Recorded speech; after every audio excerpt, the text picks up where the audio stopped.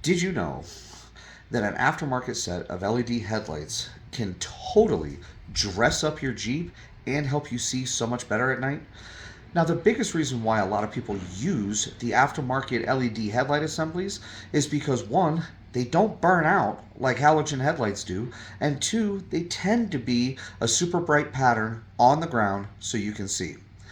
But there's a real disadvantage to LED lights, and that is, unlike halogens, over time, they dim. After about 4 or 5 years, the lights are almost completely useless, and then you got to get another set. Well, in my case, that's exactly where I'm at. I've had these headlights on the JK now for almost 5 years, and at night, I can't see anything.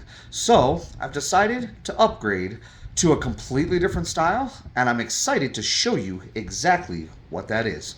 So you know what? Stick around. I think you're going to enjoy this.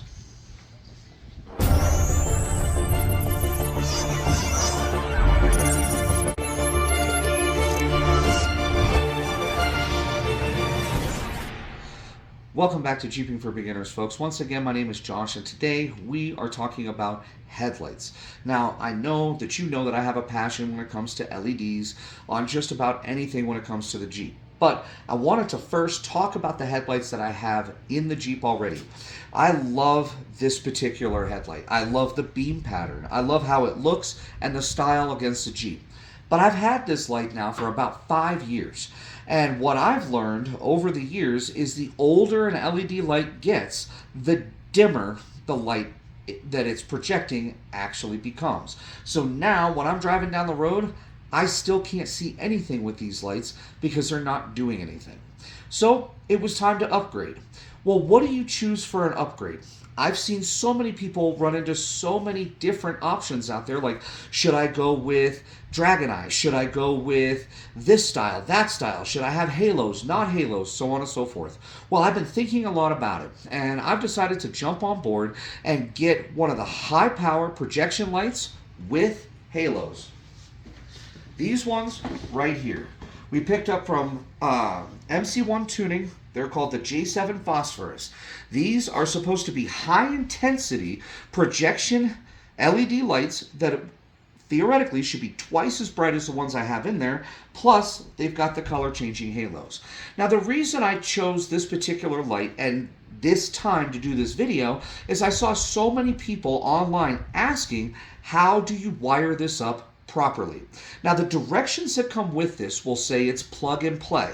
You simply install, plug it in, everything works. But the truth of the matter is that's not the case. On the JK Wranglers and older, the vehicle is not equipped with daytime running lights, nor do the blinkers run anywhere near the headlights. So that being said, we're going to have to get creative with the wiring, and I want to show you the correct way to do it.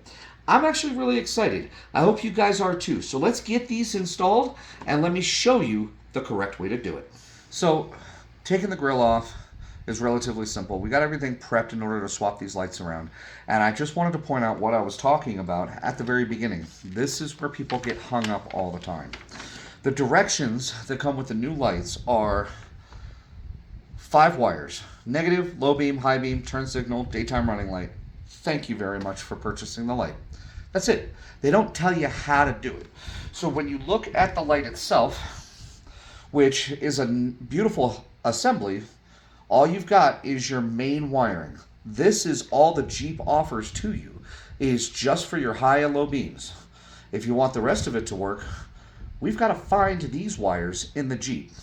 So what I'm going to do is I'm going to get the old headlight out, and I'm going to show you how to trace and find the wires necessary in order to plug in the accessory features and get every feature of this light to work.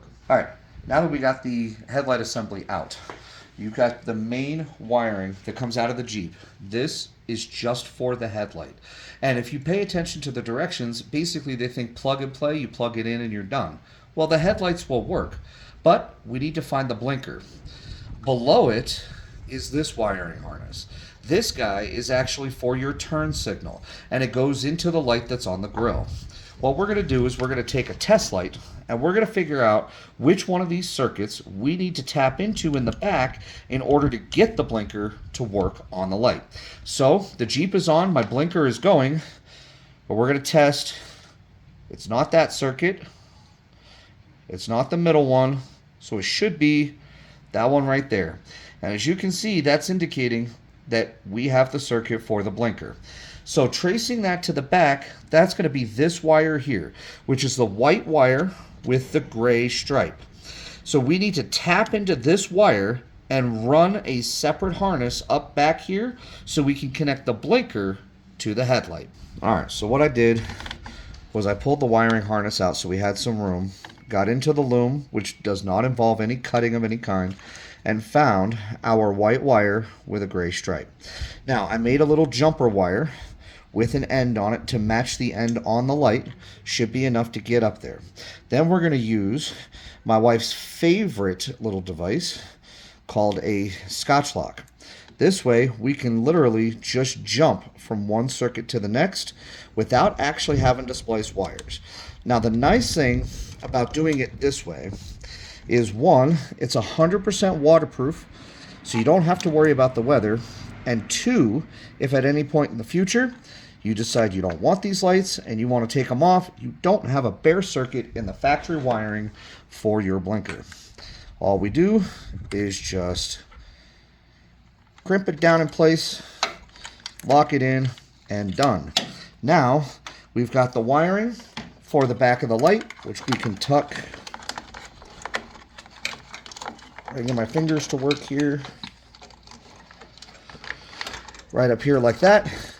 So now, got your main wiring harness and the blinker. But there's still one more. Now the next thing that we need to deal with is the daytime running light. Now, you don't have to if you don't want to, but we're going to utilize all the features of this light. The halo that's on here is designed to be on every time the Jeep is running, no matter what. And that is what's called a daytime running light. Now, that is going to be your red wire coming off the harness here. The Jeep is not equipped with daytime running lights. Again, we're talking JK body from 2018 and older. Most of your JLs have daytime running lights, so that's a different situation. In order to get power to the light all the time, we need to jump this red wire all the way over here to the main power distribution block. Now let me show you the easiest way to do that. All right, so when I talked about getting into the power distribution box, that's this guy, also known as a TIPM module. This is where the Jeep is going to distribute all the power for every system that's in here. Some circuits are live when the key's off. Some of them are only live when the key's on. So the trick is to mimic daytime running lights. We need to find the circuit that's only live when the Jeep is on. So using a test light, once again, we are going to jump circuits on your fuses. Right now the Jeep's off, and we're finding that this circuit is live, so that's no good. This circuit is live, that's no good. This one. So I've got two fuses right here. Oh, that one's live. So I've got these two fuses which are not live while the Jeep is off. So now we're going to test it while the Jeep's on. Go ahead and turn it on for me. So same circuits. Oh, now we have power going to both of these circuits while the Jeep is on. Now go ahead and shut it off. With it off, we lose power. Now by rights, that means that if we were to tap into one of these two circuits, that we could install daytime running lights. But you don't want to just pick any circuit arbitrarily. I picked two so that we could actually do some quick research and look at what those two are. So the first circuit is the fuel pump. We don't want to tie into the fuel pump. You don't want to run the risk of pulling any extra power that's unnecessary through a very vital circuit. The second one, 17. So the second one is for my transmission control module. Now in my particular case, I have a manual shift transmission. So I don't actually have a transmission control module, which tells me that that is technically an open but dead circuit anyway. So we are going to tap into this circuit for my daytime running lights. Let me show you how I'm going to do that. The fuse that we had chosen is this one, this little 10 amp fuse right here.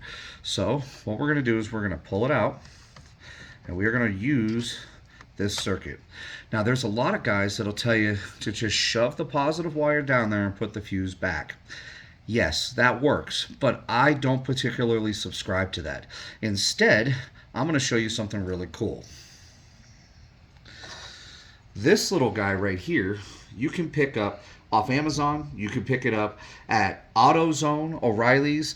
This is a fuse box jumper. It has 2 slots in it for fuses. The top one is going to be the fuse for the circuit that you're trying to jump and run off of, which in our case is going to be for the daytime running lights. The bottom one is going to be for the fuse that you took out of your TIPM module. We're just going to snap that right back in so that that circuit has the power that it's supposed to have right off the bat. Now you'll notice that this looks just like the fuse that you pulled out. So now we're going to take this and we're going to slide it back into that spot just like that. And then this cable can run right out here. And here's the lead to run your daytime running lights. It's clean, it's efficient, and it tucks right into the box. If you look, you'll notice I have 2 other circuits in here. They're both for my control panels for my LED lights. I've been doing it this way for about 6 years, have never had an issue, so I promise that this is the cleanest, easiest way to wire this up. So now we've got the blinker set up. We've got a lead run off your TIPA module to be able to power your daytime running lights. Now we've got to wire in the daytime running lights. What we're going to do is, again, we're going to use a plug that matches the end of the lights that you have. And we're just going to grab some lead wire. This is going to go right down in here along with your blinker wire and your main wiring harness. And then we've got to run it from here across the frame, jump to the second light, and then over to the TIPA module. This is where it's going to get a little time consuming, especially if you want to make sure to tuck the wire properly. But it's the last and final step for the wiring before we get to plug the light in and see how it works. Now that we've got the wiring run for the daytime running lights and the wiring run for the blinkers, now it's time to install the headlight itself. Now before you go and just shove it in place, a couple quick notes. On a projection light like this, there is an up and a down. So on the back of the light, they made it easy for you. There's little notches in here that are offset, designed to match the notches that are in the factory retainer. It's almost impossible if you set it in tight for this thing to go in incorrectly. So we installed the jumper wire for the main harness. We're going to get that plugged right in, easy peasy. Then you've got your other 2. The yellow wire is going to be, let me set this down here. The yellow wire is going to be for your blinkers, which in our case, we used a green wire. And then red wire is for your daytime running lights, which I used red to kind of make that easy. So we're just going to snap that right in. All right, so we just tuck the wiring in, line up the nubs, and she should fit nice and tight right into place. The factory ring that came off the original light, you are going to use, once you get it lined up, to reattach this light. There we go. Just like that.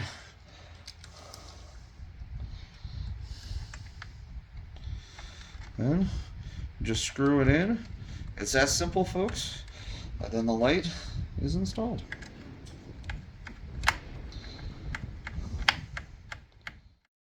All right, when you deal with anything electrical in your vehicle, especially when you're adding to what is already there factory, there always comes a point where you go as far as you can and then you test it to make sure that it works. So before we install the light on the other side and or get everything back together, let's turn it on and make sure that all of our wiring is correct.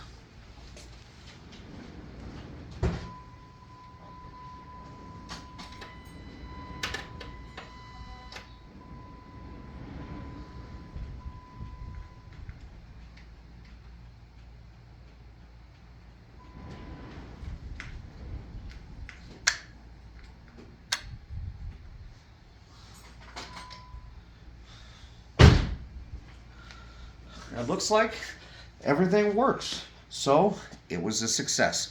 Now we're just going to basically copy the same steps, install the other light, get the grill back on, and then check out the finished product. Alright folks, so there you have it. We got the lights installed. They're pretty and they're functional. And they're bright as hell, I promise. All we got to do at this point is wait for the sun to go down so we can go out and get them adjusted perfect to the line of sight on the road. In the meantime, I hope the video was educational when it came to wiring in the daytime running lights as well as the blinkers. If you have any questions about what we covered in this video or questions about maybe the style of light that you chose, don't hesitate to put it down in the comments below or shoot me an email and I'll get to it just as quick as I can. In the meantime, folks, happy Jeeping, stay safe, and we will see you next time.